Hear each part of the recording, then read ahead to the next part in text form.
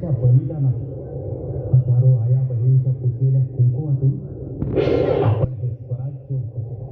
आम्ही एकीची वजन उठवून रणसंग्राम मांडला. स्वराज्य, स्वधर्म, संस्कृती हिचं संरक्षण हे आपलं आद्य कर्तव्य मानलं. या स्वराज्य उभारणीत गडदुर्गांचं योगदान मोठं.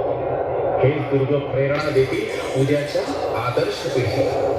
म्हणूनच त्यांचं संवर्धन करा. शेवटी इतिहास जगणारी माणसं इतिहास विसरत नाहीत आणि इतिहास विसरणारी माणसं इतिहास घडवत नाहीत.